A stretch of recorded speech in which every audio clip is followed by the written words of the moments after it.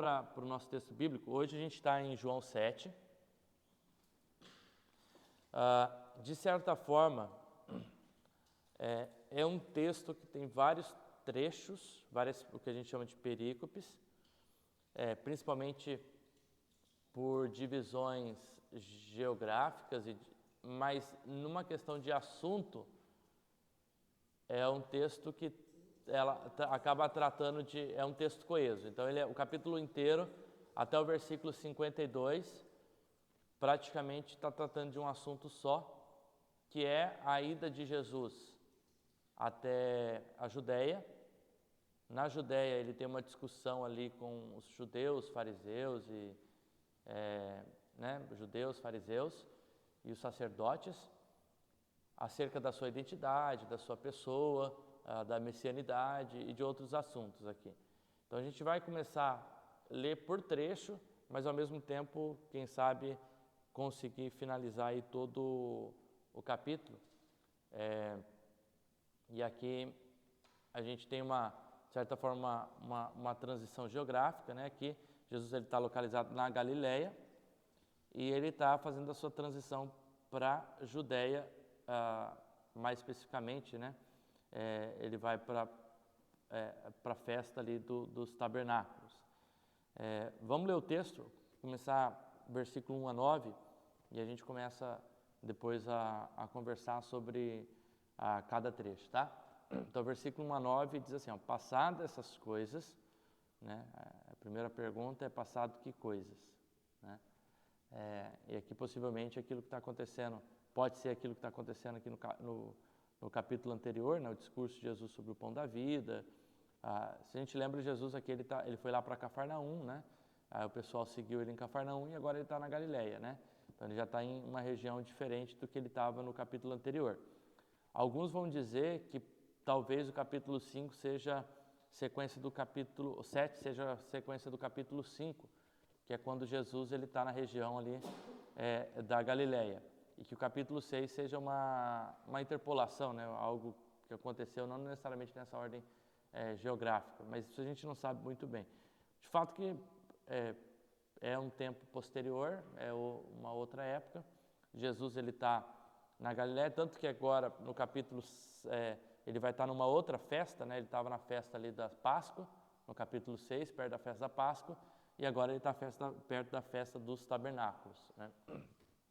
Então, dias passados essas coisas, Jesus andava pela Galileia porque não desejava andar pela Judéia, visto que os judeus queriam matá-lo, né?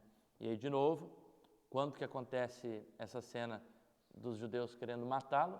Lá no capítulo 5, versículo 18, né, a gente tem lá, por isso os judeus cada vez mais queriam matá-lo, porque além de desrespeitar o sábado, também dizia que era igual ao seu pai. Então lembra que no capítulo 5, Jesus cura o paralítico, né, que está ali perto do tanque de Betesda, ele está no tanque, né, para ser curado. Jesus cura. Depois da cura, há toda uma discussão sobre a validade do sábado e como a questão do sábado, e ali então os judeus queriam matá-lo, né? E agora, se é sequencial, a gente entende que pouco tempo depois, Jesus ainda na mesma região, está acontecendo essa cena. Se não é sequencial, possivelmente passou já um bom tempo aqui, mas os judeus ainda estão tramando a morte de Jesus, tá? Então a gente não sabe bem assim precisar quanto tempo, mas de fato aqui está fazendo associação possivelmente ao capítulo 5, né? Quando a gente vê o intento dos judeus para matar Jesus, né? E aqui judeus talvez seja uma referência aos líderes judeus e não aos judeus enquanto multidão ou povo, né? Uma vez que quem tinha a autoridade de levar para ser julgado, né? Ainda que os judeus não poderiam matar por crime religioso, eles poderiam levar para as autoridades romanas para matar, né? Com exceção, ainda que a lei judaica previa alguns casos de morte, né? Por exemplo, apedrejamento, caso de adultério e algumas questões lá do Antigo Testamento que era previsto na lei. Mas na prática, essas coisas já no Novo Testamento elas aconteciam bem menos, principalmente porque o Império essa lei capital da morte estava mais do Império Romano. A gente vê isso quando, na própria crucificação de Jesus, né? O que os judeus fazem? Eles querem matar, mas eles não matam Jesus, eles levam para quem dá a palavra, para Pilatos, né? Porque é o governo romano quem tem o poder da pena capital. Tá? Aí o versículo 2 diz que era a festa dos judeus, possivelmente a festa do tabernáculo estava próxima. Tá? A festa do tabernáculo, uma festa ali que acontecia por volta do mês de setembro, outubro, né? Que era uma festa que acontece até hoje nos judeus. Depois, se vocês pesquisarem lá no Google, festa do tabernáculo, ou festa das tendas, você vai ver que durante uma época do ano, os judeus ainda eles fazem tendas com folhas, com essas coisas assim, e eles ficam tipo habitando nessa tenda por um tempo, né, que é tipo na festa do tabernáculo, que representa os 40 anos que eles passaram no deserto morando em tendas, né? Então essa festa do tabernáculo é uma das festas ainda celebrada pelos judeus, e que já era celebrada na época de Jesus.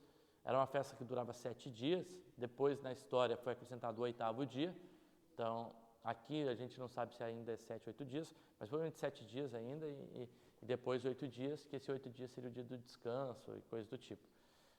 E nesses 7 dias haviam vários rituais, como por exemplo, eles pegavam a água do tanque de Siloé todas as manhãs e levavam para o templo, né?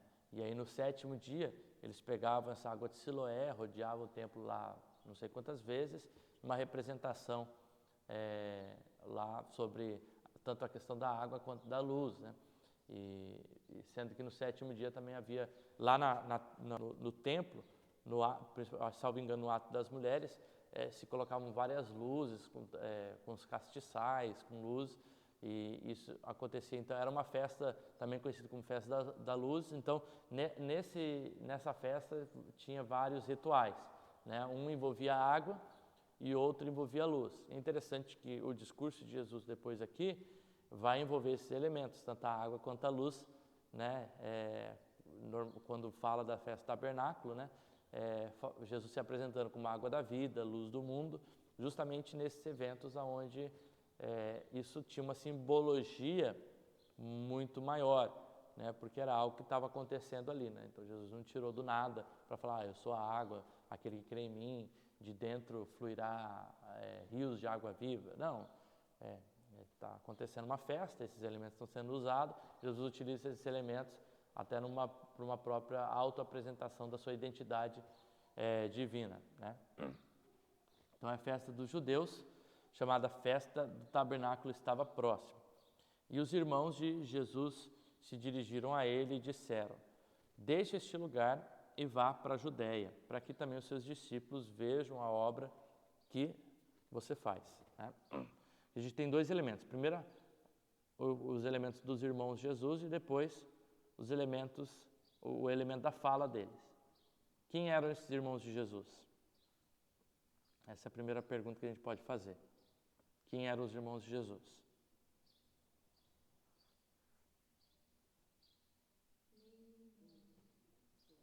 Hã?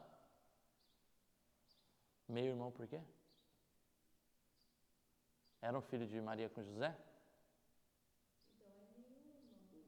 Não, estou perguntando, não é só para ver.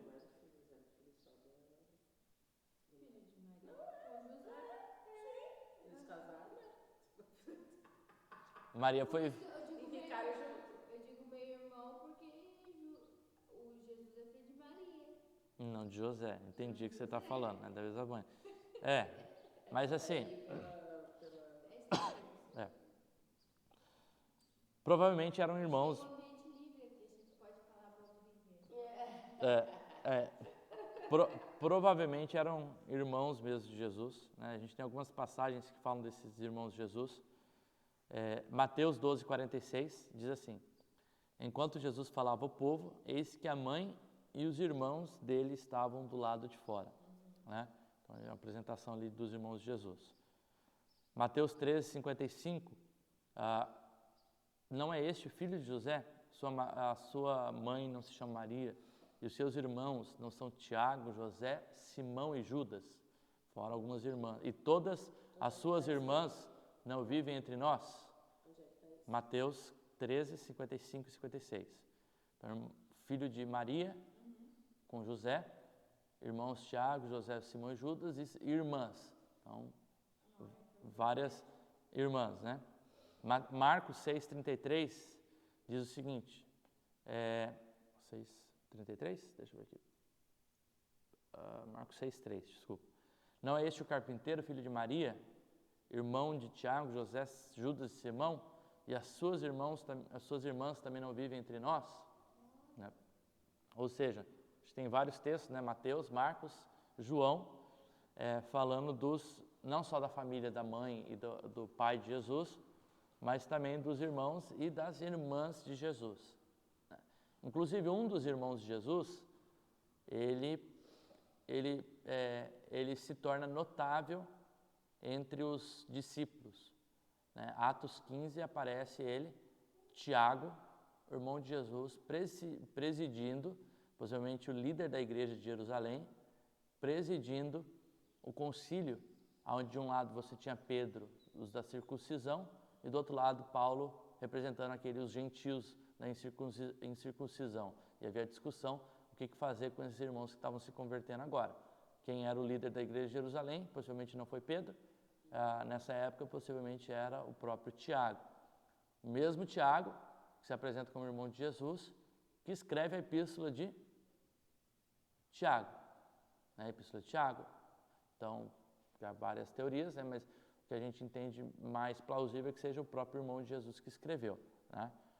Há uma conjectura, principalmente na teologia católica, né, de que, porque assim, a teologia católica não aceita que Jesus teve irmãos. Né? Na teologia católica, Jesus foi unigênito, único, e foi o único, Jesus, que a Maria não só foi virgem até o nascimento de Jesus, mas a Maria continuou virgem para sempre. Tá? Isso, assim, não tem plausibilidade histórica, né? A gente tem os textos aqui que falam do irmão de Jesus, né? O que a teologia católica vai alegar? E aqui até trouxe aqui, ó, eu vou ler essa eu tirei de um livro católico, tá? Os irmãos de Jesus são um grupo conhecido no Novo Testamento, especialmente Tiago, irmão de Jesus. Segundo Marcos 6,3, eles se chamam Tiago, José, Judas e Simão. Esses textos mostram que, pelo menos inicialmente, os irmãos não acreditavam nele. A gente vai ver isso. Tanto mais ficamos surpresos ao ver um deles, Tiago, chefe da comunidade de Jerusalém. Aí tem vários textos. Todavia, na história da paixão da ressurreição, menciona 3 vezes Maria, a mãe desses irmãos de Tiago e José, sem mencionar Maria, a mãe de Jesus. Então, aqui a alegação é que esses textos não estão falando da Maria, da mãe de Jesus, mas de uma outra Maria que teria esses filhos. Essa é uma hipótese. Segundo as explicações da igreja antiga, ou seja, da tradição, da história da igreja católica, os irmãos seriam primos ou meio-irmãos, filhos de José, mas não de Maria. Então, e não de José, não que ele teria pulado a cerca, né?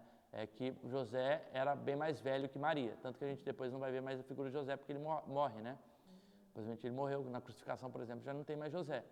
Então ele era bem mais velho. Porque naquela época era muito comum um cara de 30, 40 anos casar com uma moça de 12, 13 anos, né? Isso pra gente que é um pouco incomum hoje, naquela época as mulheres se casavam com 12, 13 anos. Tinha a idade para ser mãe, era uma idade já para casar, né? Maria possivelmente se engravidou com muito nova. A gente não sabe aí, mas antes do 15, aproximadamente com 14, 15 anos, Maria engravidou de Jesus, né? José já era bem mais velho. Então, alguns vão dizer que na verdade, esses seriam meios irmão porque já seriam irmãos mais velhos de Jesus, de um primeiro casamento que o José teve, tá? Qualquer questão complicada, a gente não tem como provar nada disso, né? É tradição. O que a gente tem no texto, o termo utilizado para irmão não é o termo utilizado para primo. A gente tem um outro termo em grego aqui, que agora não vou lembrar, que é utilizado para primo, e os autores poderiam utilizar primo. Por que utilizaram irmão? Então não é primo. E a gente não tem subsídio histórico assim, sem ser a tradição mesmo da igreja, que vai nos falar que era meio-irmão de Jesus de um casamento anterior. Isso é mais uma teologia, me parece, para proteger a virgindade da própria Maria, né?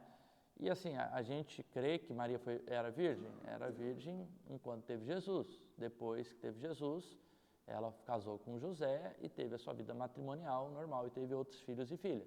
Isso é o que a gente crê. A gente crê que esses eram literalmente irmãos de Jesus, né? Não meio-irmãos, no sentido... Talvez a gente pode pegar É que assim, pode ser confuso se a gente utilizar o termo meio-irmão, pode dar essa conotação até da teologia católica, né? Então eram irmãos no sentido de que eram da mesma mãe, né? Então não tem por que a gente falar, né? Eram irmãos de Jesus de sangue, né? Pelo menos é como a gente compreende esses textos aqui, né? Sobre essa questão, até... Porque parece um contorno teológico, né? É muito assim, porque assim, se a gente pensar numa tradição católica, a Bíblia, ela está em pé de igualdade com a tradição, né? A gente, com a Reforma Protestante, a gente resgatou o que a gente chama de um movimento de fontes, foi um movimento de volta às Escrituras, né? A Bíblia, lembra das solas? Uma das solas é sola Scriptura. Martinho Lutero lá fala de 5 sola, mas somente a Escritura, né? Então, somente a Escritura, ela é regra normativa para a gente, ela é regra de fé e de prática, né? Na tradição católica, a tradição, ela está em pé de igualdade, até porque... Até porque na tradição católica, a ideia de revelação é uma ideia diferente da nossa, tá? Se a gente entende que a revelação, ela acontece em 2 momentos, a revelação histórica por meio da pessoa de Jesus, sua vida, morte e ressurreição, e a revelação bíblica por meio do cânone das Escrituras. O que é o cânone? Né?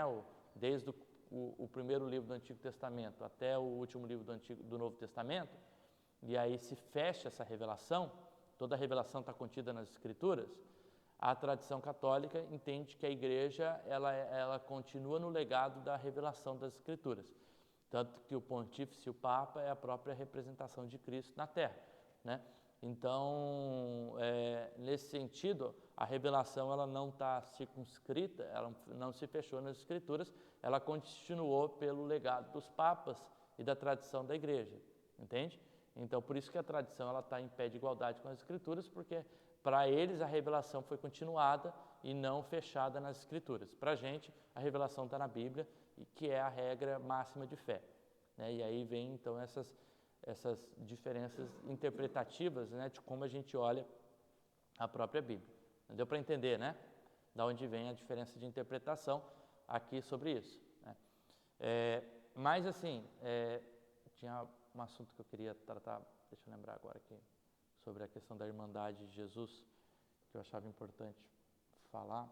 Lembrei. Na verdade, sobre a virgindade de Maria, né? Até no Antigo Testamento, a gente lembra, tem um texto, né, que depois é utilizado pelos evangelistas, diz assim, e a virgem conceberá e dará à luz a um filho, fazendo alusão ao texto de Isaías, né? E como uma forma até de defesa da virgindade perpétua da marmita. Deixa eu voltar, depois eu corto essa parte aqui. Até uma forma da virgindade completa da Maria, né? Eu não tomei café da manhã, só tomei café puro, aí o estômago está, né? Mas assim, se a gente for lá para o texto hebraico de Isaías, lá o termo utilizado não é virgem, o termo utilizado é a moça, é Aimá, Almá. E esse termo ele pode ser utilizado tanto para uma moça que nunca conheceu nenhum homem, uma moça jovem, essa é a ideia, uma moça jovem. Normalmente é atrelado à virgindade também, mas é uma interpretação, né? Aí o que aconteceu? Esse texto lá de Isaías, que o Isaías ele utiliza o termo, e a moça jovem conceberá um filho, né? quando o texto do Antigo Testamento, ali antes da época de Jesus, houve uma tradução do hebraico para o grego chamada Septuaginta. Qualquer dia a gente pode estudar sobre essas tradições. Mas essa Septuaginta era o texto utilizado na época de Jesus. Então o povo, eles liam tanto o texto hebraico, mas eles também utilizavam muito, e a igreja primitiva, os cristãos depois, utilizaram muito mais o texto grego do que hebraico. Então a história, por exemplo, do catolicismo, da cristandade ali nos primeiros séculos, o que diferenciou os judeus dos cristãos? Que os cristãos adotaram a Bíblia da Septuaginta, que foi a Bíblia grega do Antigo Testamento, ao passo que os judeus eles continuaram com a Bíblia hebraica, tá? E aí, isso com uma forma de diferenciação, né? A gente é diferente, tá? Crê em Cristo, então vamos adotar um texto diferente, que é a tradição grega, tá? Tradução... Na verdade, é o mesmo texto, só que em grego ao invés de hebraico. Sim, é uma tradução que contém os livros que hoje tem na Igreja Católica, então não é bem o mesmo texto. Texto de Tobias, Judite, 1ª, 2ª, Macabeus, a história de Bel e Dragão no livro de Daniel. Sabe aqueles textos que há mais do Antigo Testamento?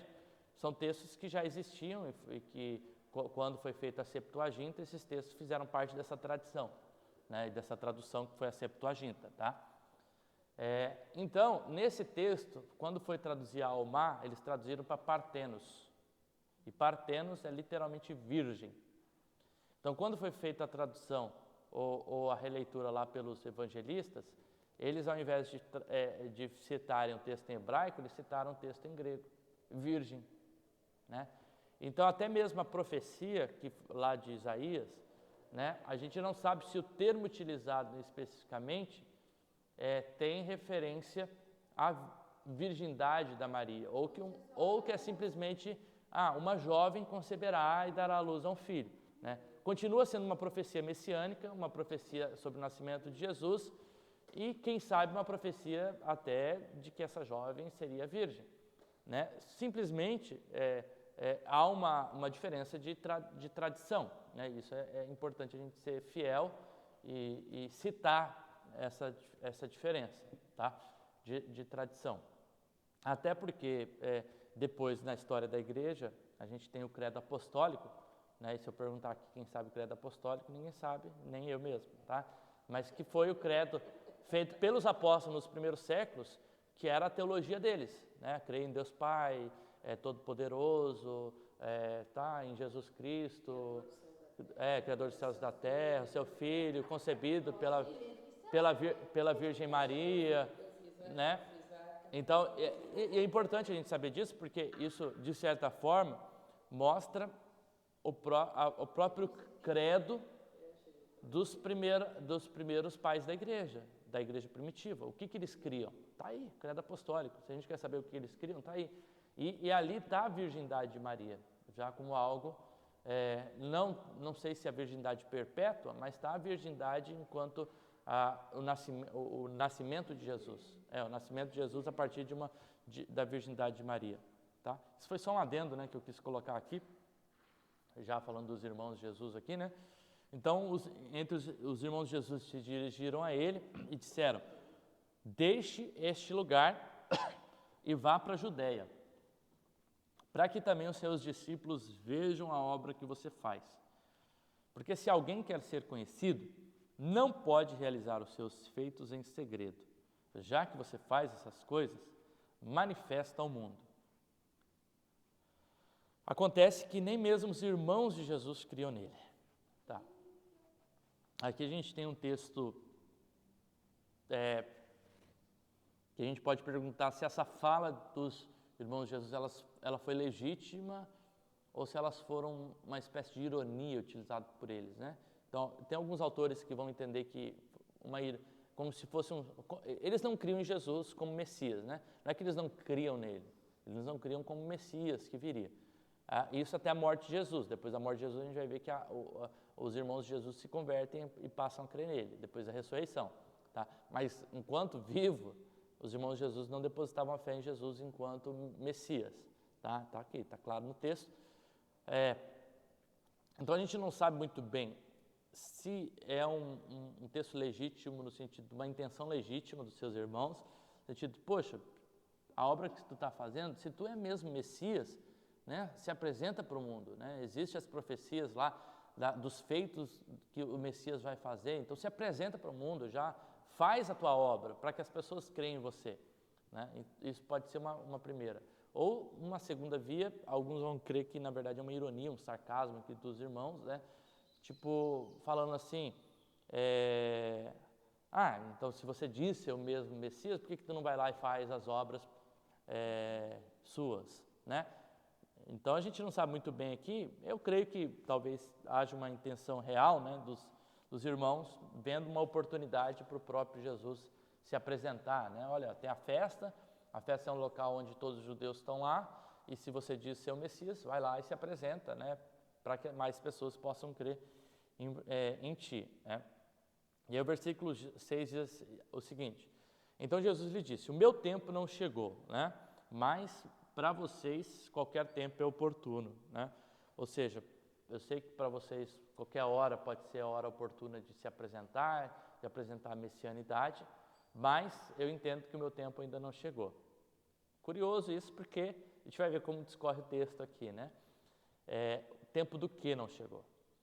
Tempo de não ir para a Judéia, tempo de se apresentar como Messias, tempo da sua morte e ressurreição, né? Então a gente tem todas essas possibilidades aí de interpretação. Não está claro aqui, né? Eu creio que não é de ir para a Judéia, porque ele vai para a Judéia logo em seguida.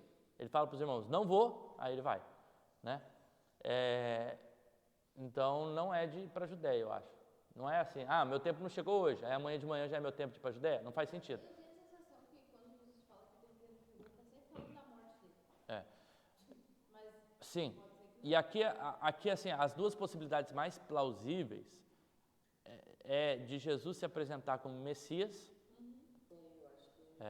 ou da morte e da ressurreição de Jesus. Porque ele sabe que no momento que ele se apresentar, ele já sabe tudo que vai vir, né? Então é um momento ainda, não é um momento ainda dele se apresentar. Tanto que esse mesmo discurso foi feito lá em João 2. Lembra? João 2, Caná da Galileia, a mãe de Jesus diz o seguinte, vai lá e ajuda, faz tudo que meu filho pedir, né? E aí ele falou, minha hora não chegou. E ali, o que Maria está pedindo para Jesus? Que ele faça uma obra a fim de que outras pessoas vejam essa obra. Ou seja, que ele revele a sua messianidade, que ele revele para aquilo que ele veio. O que os irmãos de Jesus estão pedindo? A mesma coisa. Vai para a Judéia e apresenta as tuas obras para que outras pessoas vejam, né? Então, me parece, no contexto, plausível, né? Mas eu acho que não é descartável a ideia da ressurreição e da crucificação, porque por várias vezes Jesus também diz acerca da sua hora como a hora da morte e da ressurreição. Então, esses dois discursos são utilizados, né? Talvez eles estejam até interligados, mas aqui eu acho que a questão de se apresentar o segredo messiânico que a gente fala, talvez tenha mais sentido, né? Mas eu acho que as suas obras que vão anunciar, né? O que, assim, a gente tem, mas Jesus está fazendo, né, alguns sinais, a gente vê já vários sinais que Jesus fez, então de certa forma ele já tem se apresentado também, né? Acabou de fazer a multiplicação dos pães e dos peixes, isso não é um sinal, né? Mas depois que ele fez a multiplicação dos pães e dos peixes, ele vai lá para Cafarnaum e o que o povo pede? Sinal, né? Então é uma coisa meio confusa, porque ao mesmo tempo que ele está se apresentando, as pessoas ainda não estão vendo nele esse Messias. Parece que eles pedem algo a mais desse Messias. E talvez justamente a expectativa desse povo, né? E ele talvez precisarem de mais coisas para poder acreditar. Ele diz, o meu tempo não chegou, mas para vocês, qualquer tempo oportuno. Ou seja, para vocês, qualquer hora, vocês buscam, né, fama. Para quem quer conhecimento, qualquer hora é oportuno. Mas para mim, ainda não foi revelada a hora, né? O mundo não pode odiar vocês, mas a mim ele odeia, porque eu dou testemunho acerca dele, dizendo que as suas obras são más. Ou seja, o ódio a Jesus, né? As pessoas estão procurando matar Jesus. Para Jesus tem a ver justamente com o seu testemunho contra as mazelas, a maldade desse mundo e contra tudo aquilo que está errado, né? Nessa sociedade judaica. E ele está falando, para vocês que não testemunham contra o mundo, qualquer hora é oportuna, porque o mundo ama vocês, né? Isso a gente pode pensar até para a gente, para a nossa sociedade, né? Para quem bajula as pessoas, para quem faz o jogo político do toma lá, dá cá, qualquer hora é oportuna porque ele está jogando o jogo, né? Então essa pessoa ela vai ser amada onde quer que ela está, né? Mas para aquele que realmente é fiel com os seus princípios e que testemunha contra as coisas que estão erradas, essa pessoa ela vai começar a criar inimigos. Jesus, ele criou inimigos, não é? Uma pessoa que hoje se envolve com a política e que denuncia as coisas que estão erradas na política, ele vai ser amado? Não. Um pastor que denuncia as coisas que estão erradas dentro da comunidade, da sociedade, ele vai ser amado? Não, né? Por quê? Porque aquele que coloca, quem coloca o dedo na ferida acaba incomodando aqueles que estão na zona do conforto e que não querem ser confrontados, né? Não querem ser confrontados. E aí é justamente isso que Jesus está dizendo, né? O mundo me odeia porque eu confronto as coisas que estão erradas, né? E aí ele diz, vocês vão para a festa, eu não vou, porque o meu tempo ainda não se cumpriu. Tendo dito isso, Jesus continuou na Galileia. Daí tudo bonitinho, né? Houve lá, os discípulos, os irmãos de Jesus falaram para ele ir, ele falou que não ia, não tinha chegado o tempo, o mundo odiava ele, vai vocês, depois eu vou.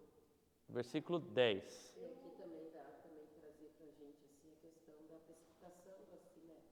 Tu tem um momento certo para falar, tu tem um momento certo para agir, tu tem, que às vezes aquela questão, tu age num impulso e aí, né?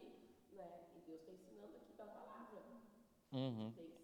Tem um momento certo, tem sabedoria, espera para depois agir, né? Não é no momento que os outros querem que tu faça certas coisas, é o momento que tu acha que deve ser feito e que Deus está falando para ti. E algo interessante que nesse sentido também, Ana, a questão da gente se manter fiel, né? Porque às vezes as pessoas vão falar assim pra gente, faz isso, faz aquilo outro. E a gente, Jesus dá uma lição em nós aqui. Não importa quem tá falando, e era a família dele. Sim. Era a família dele, falando, por que você não faz isso? Por que você não faz aquilo? E ele se manteve fiel.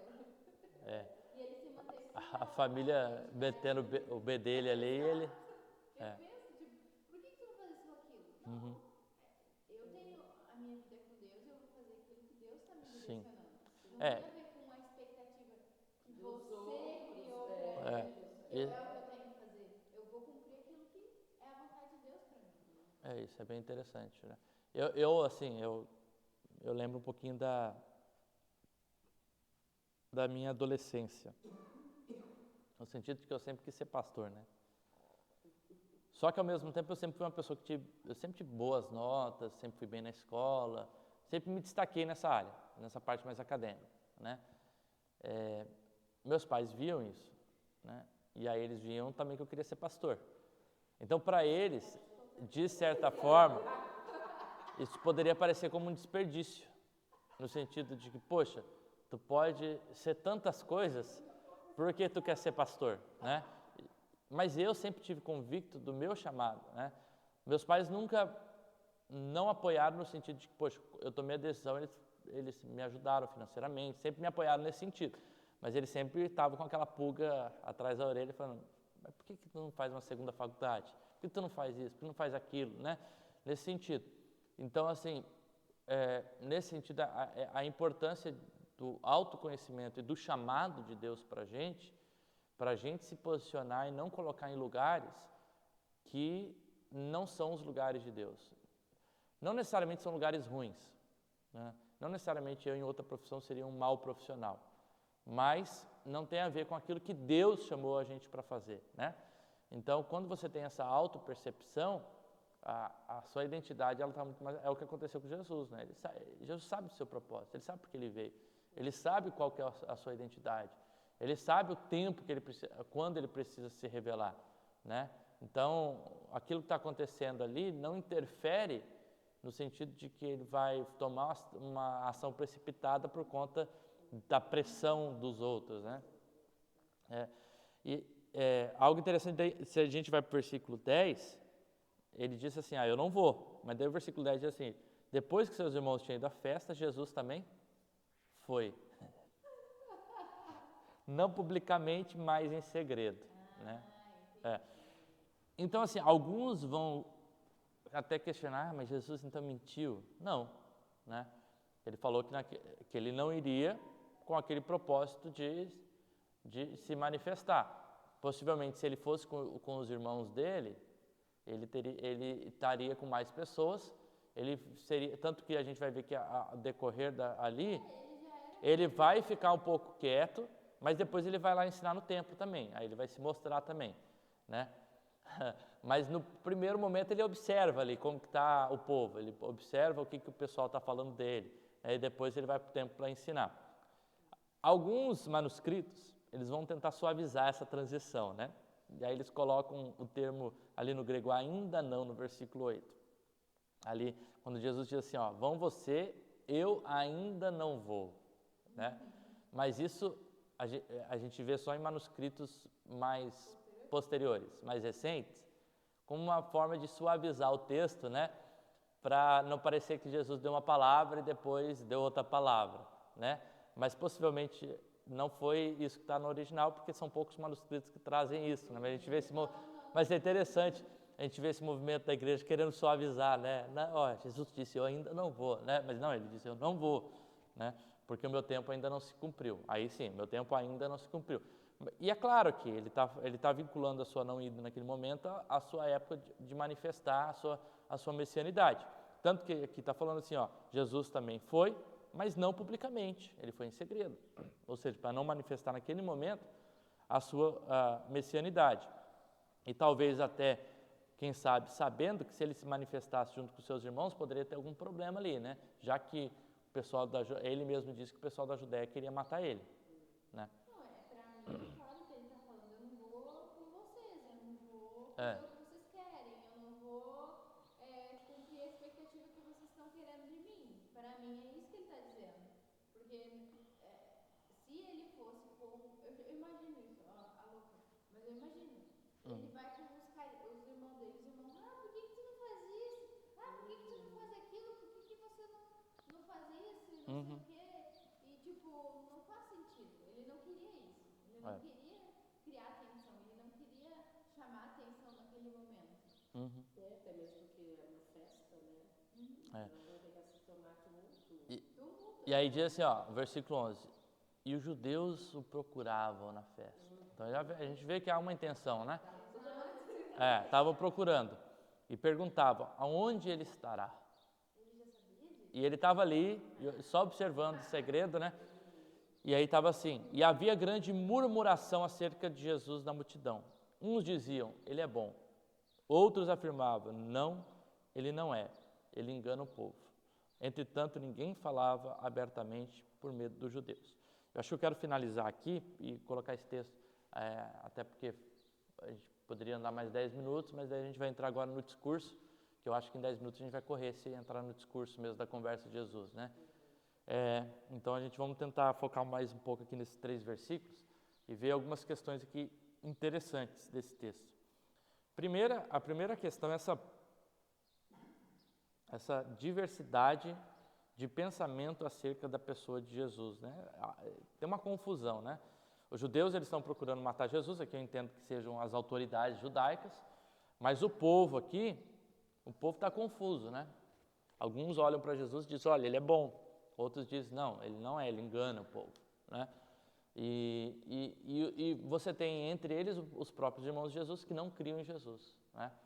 Então você tem todas essas pessoas envolvidas no movimento de Jesus, são pessoas que não creem em Jesus, são pessoas que pensam que Jesus engana o povo, são pessoas que creem que Jesus é uma boa pessoa, né? E a gente ainda tem hoje, numa nação cristã, vamos dizer assim, né? Porque a maioria da nossa nação é cristã, pelo menos nominalmente, né? catolicismo e evangélico aí dá mais de 80%, acho, da população, né? Você ainda tem esses três movimentos, né? Pessoas que fazem parte do movimento de Jesus, mas ao mesmo tempo olha e uns dizem, ele é bom, é uma boa pessoa, né? Jesus é um Messias, é um ser de luz, Jesus é uma pessoa que a gente tem que seguir, né? E aí se escreve livros sobre Jesus, o maior líder, Jesus, o maior psicólogo, Jesus, o maior médico, Jesus, o maior empresário, Jesus, o maior... Não, porque se cria na personalidade de Jesus, essas outras personalidades desse homem modelo, né? E claro, a gente entende que Jesus é o homem modelo, mas não nessa perspectiva, né? Porque a perspectiva de Jesus é Jesus Deus, o homem modelo como um homem sem pecado, né? Mas esse inconsciente ainda está na nossa sociedade, né? A gente tem também alguns que entendem a religião como o ópio do povo, né? Esse é o que o Marx dizia, né? Mas é que a religião é o ópio do povo, a religião engana as pessoas. Essa é uma visão sobre a religião, não necessariamente sobre Jesus, porque as pessoas nutrem ainda que uma visão negativa da religião, quase todas as pessoas nutrem uma visão positiva de Jesus, da pessoa de Jesus. Ainda que não ligada à divindade. Tem muita gente que não crê que Jesus como Deus, mas crê em Jesus como uma boa pessoa, né? Mas a religião, tem muita gente que hoje está descrente da religião.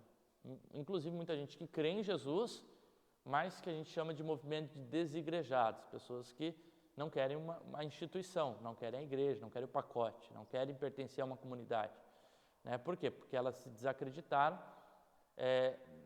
na religião enquanto instituição, né? Porque talvez viram exemplos negativos, isso tem a ver com o ser humano, né? Não tem a ver com a religião, tem a ver com o ser humano. E por você ter pessoas na religião, você vai ter pessoas não convertidas que vão dar um mau exemplo e vão fazer da religião algo terrível, né? Exemplos da história, o que foi a Inquisição, o que foi a perseguição a negros, perseguição às mulheres e tantas outras perseguições que a igreja liderou, né? Hoje, talvez, até toda essa polarização política da igreja, né? De exclusão de pessoas por conta de questões políticas, né? Então, esse movimento, assim, da religião como ópio, ele sempre existiu, né? E as pessoas, ainda alguns, vão enxergar a religião não como uma coisa benéfica para a sociedade, mas como uma coisa maléfica por conta de pessoas e maus exemplos dentro das igrejas, né? Pastores que fizeram mau uso de dinheiro, pastores que fizeram mau uso do púlpito, do poder, do prestígio, pastores que deram mau exemplo na sua vida moral, se envolvendo em questões tanto da sexualidade, questões de dinheiro e outras questões. Então, isso, de certa forma, é um desserviço para o nome de Deus, né? Claro que não está ligado à pessoa de Jesus. Aqui eu só estou fazendo uma elucubração acerca dessa imagem que as pessoas tinham de Jesus e a imagem que as pessoas têm da religião, né, e de Jesus. São imagens distintas, né? Porque eu acho que a imagem de Jesus é muito mais positiva do que as pessoas têm da religião. Você vai conversar com alguém, a pessoa fala, não vou na igreja. Mas Jesus eu creio. Não, Jesus é uma pessoa boa, né? As pessoas ainda têm graças a Deus, né, uma boa imagem de Jesus. Então é uma via até de evangelização, né, para as pessoas que estão desacreditadas da instituição. Eu quero Jesus, mas eu não quero a igreja. Não quer o pacote. Não, isso é um discurso muito comum. Mas é o combo. Eu quero convívio, eu não quero estar no meio. Até por isso é muito mais fácil às vezes o movimento de isso. O movimento de pequenos grupos nas igrejas, nas casas, é muito mais fácil você trazer essas pessoas para as casas do que para a igreja. Claro que é uma viabilização que a gente pode fazer e algo que eu até acho que a nossa igreja, no momento, a gente vai ter que fazer essa transição. Hoje eu acho que a igreja, às vezes, ela tem eu não sei se ainda ela tem um tamanho suficiente para a gente fazer isso, mas futuramente a gente ter pequenos grupos funcionando, né? que são pontos de evangelização, né? Então, por exemplo, a casa da Adriana lá, ela convida os vizinhos para fazer um culto lá semanal, o Norival convida os vizinhos para fazer um culto semanal, né? O Cid convida os amigos dele lá também para compartilhar alguma coisa. E nesse sentido, a igreja ela vai crescendo fora das 4 paredes, né? E você tem uma possibilidade depois de movimentação, né? De trazer essas pessoas para a comunhão, né? Não sei se hoje talvez não seja um momento adequado, porque ainda está estruturando, né, a comunidade, mas eu acho que é um passo a posteriori para a gente fazer, né? Tá. E aqui a gente vê no final, né? Engraçado, né? Os judeus aqui com medo, né? Eles estão com medo, na verdade, justamente porque o que os judeus querem fazer com Jesus? É que os judeus autoridade? Matar Jesus. Então o medo deles é que qualquer testemunho acerca da pessoa de Jesus pudesse reverberar até neles, né? Tipo, eu falo que Jesus é bom, depois eu vou sofrer perseguição, né? Então até o que está acontecendo nesse movimento, ele está sendo muito debaixo dos panos, né? E Jesus está olhando, né, aquilo que está acontecendo, né? Então, Jesus continua ali, entretanto, ninguém falava abertamente por ter medo dos judeus. Eu vou fazer essa pausa aqui. Pode falar.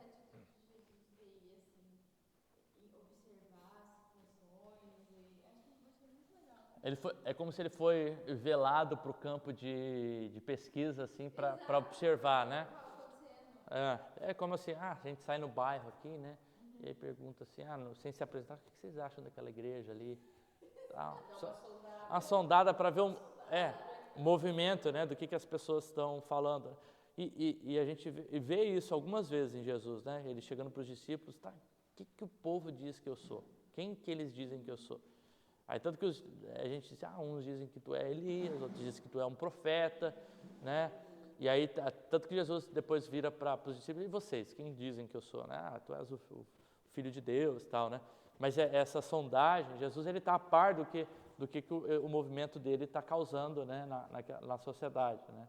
É interessante isso mesmo, assim, essa percepção de Jesus de alguém que não está alheio, né? Aquilo que está ao movimento, né? Aquilo que está acontecendo, como que aquele movimento está impactando, né? Ele sabe que tem gente querendo matar, ele sabe que tem gente que acha que ele é bom, que tem gente que acha que ele é ruim, ele sabe de tudo, né? Sabe por que primeiro ele é Deus, mas também porque ele está ali no meio do povo, né? Então é interessante isso mesmo. Vou dar uma pausa aqui. Ele indo publicamente, ele não